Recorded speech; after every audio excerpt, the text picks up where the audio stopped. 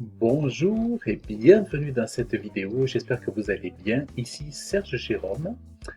Euh, Mon site HTML CSS obtient 100 sur 100 sur Google Page Speed et voici pourquoi. Alors, je vous montre donc à l'écran. Vous voyez, donc là j'ai un site, donc vous voyez l'URL ici. Et en fait, vous voyez, j'ai des performances sur mobile de 100% ici. Performance, accessibilité 94, bonne pratique SEO 100%, et en version bureau 99, 95, 100, 100. Et en fait, le site internet, il est ici. Voilà, je vous le montre directement, il est ici. Et donc en fait, ce que... Non, attendez, je vous le montre ici, voilà. Et en fait, donc ce que vous voyez là, c'est un score de 100 sur 100 sur les 4 métriques de Google, bon, sauf celle-là, 94, mais bon, quasiment, on peut dire, voilà, hein. Et donc performance, accessibilité, bonne pratique SEO, tout est ouvert, au vert, et ce n'est pas un hasard. En fait, ce site tourne sur du HTML et du CSS pur.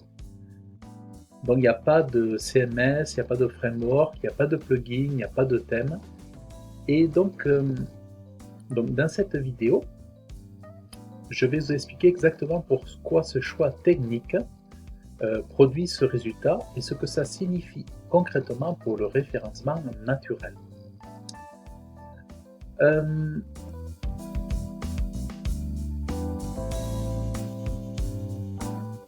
Donc avant de plonger dans le code, je veux qu'on comprenne ce que Google regarde vraiment quand il évalue un site pour le référencement. Google ne se contente pas de lire vos mots-clés. Depuis 2021, il mesure ce qu'on appelle les Core Web Vitals. Donc, ce sont des métriques qui évaluent l'expérience réelle de l'utilisateur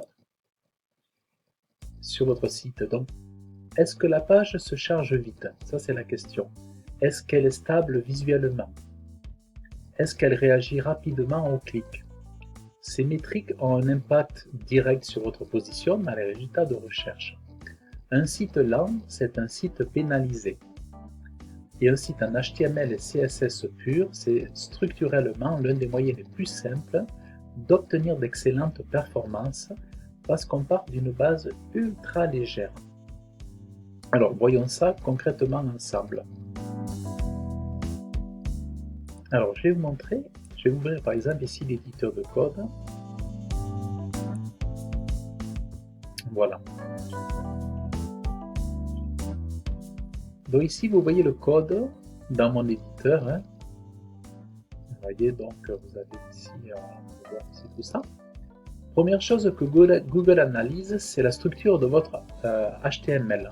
Et là, un site bien codé en HTML fait une différence immédiate. Donc regardez ici la structure de ma page, j'utilise une balise header, main, alors header pour l'entête, une balise main, vous avez ici, header,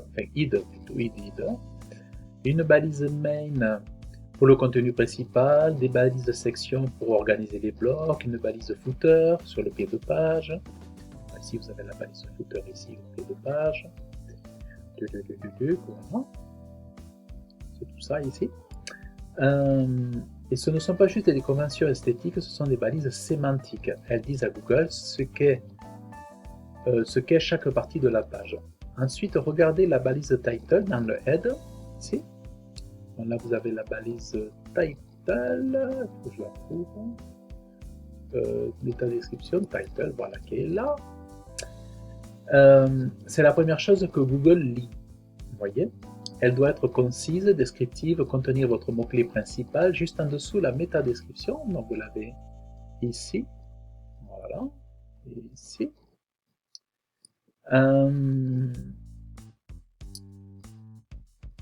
La métadescription. Où est-ce que j'en suis? La métadescription. Voilà, la métadescription. Alors ensuite, vous avez donc la balise H1. Vous Voilà. Après, vous avez la balise H1, là, ici. Il n'y en a qu'une par page, donc ça c'est la règle. Un seul H1 qui exprime clairement le sujet de la page. Ensuite, il y a les H2. Voilà. Après, on descend, on a le H2, tout ça, tout ça.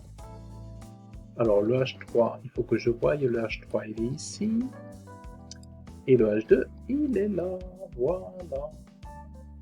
Voilà ici. H2, il est là. Voilà.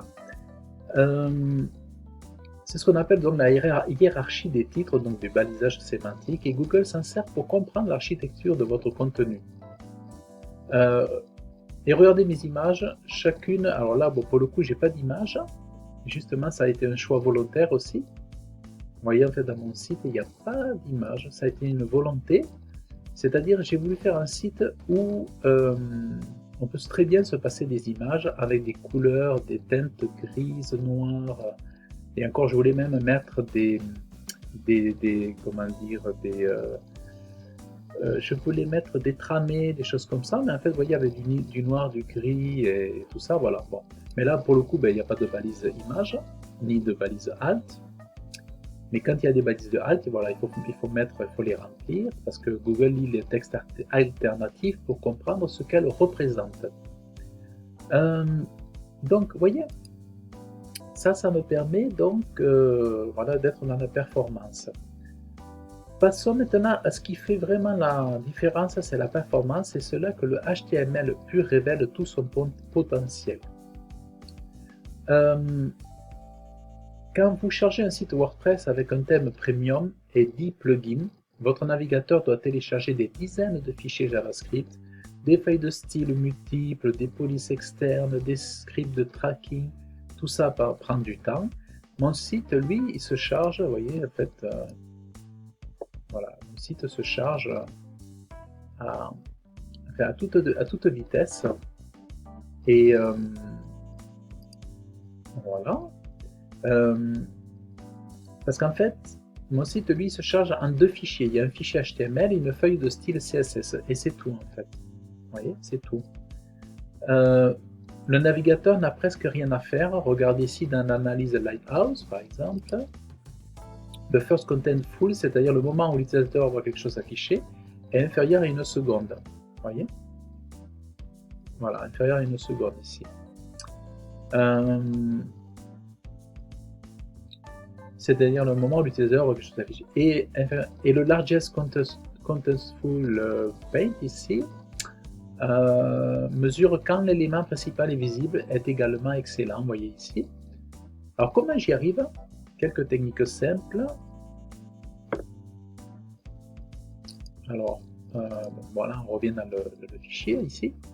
Alors premièrement, je n'importe aucune police externe, j'utilise la fonte Stack System. C'est la stack qui utilise la police native de l'appareil de l'utilisateur. Résultat, 0 requête réseau pour les polices. Vous voyez, parce que parfois, même si on fait du HTML, mais que les polices sont distantes, ben ici on va avoir 90 ou 80, on peut avoir 90 même avec du HTML, 85.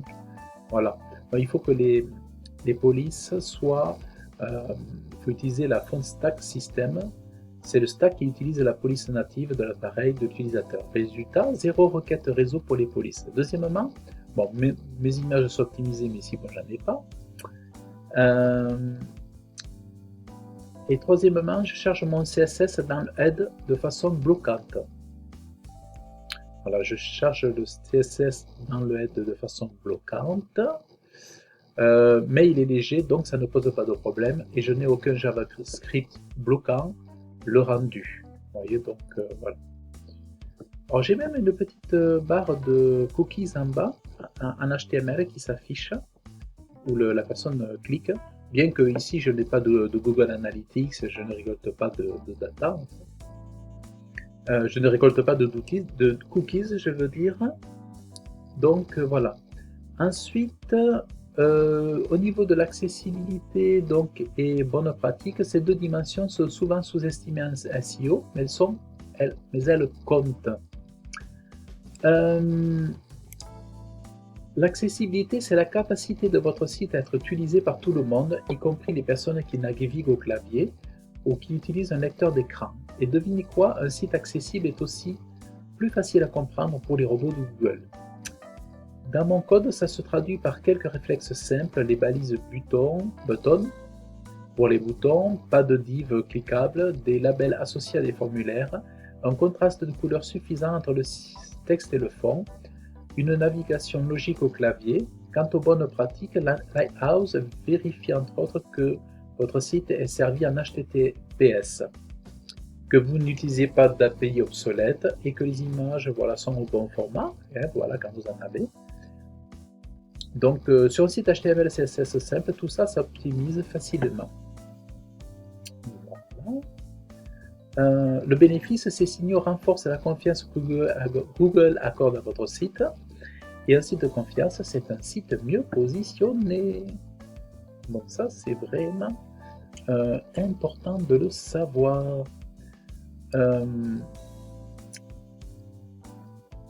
Alors,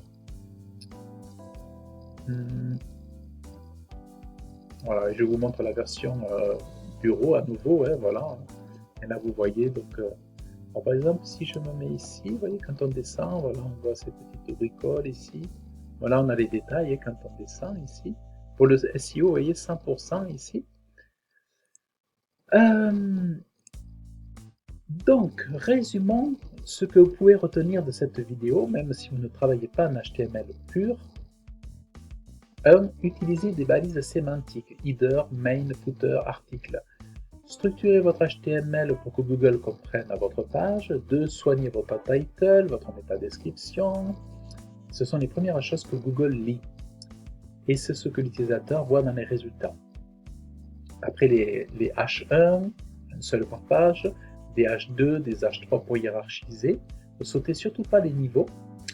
Et c'est un grand problème dans les templates WordPress, c'est qu'en fait les balises sont mal mises.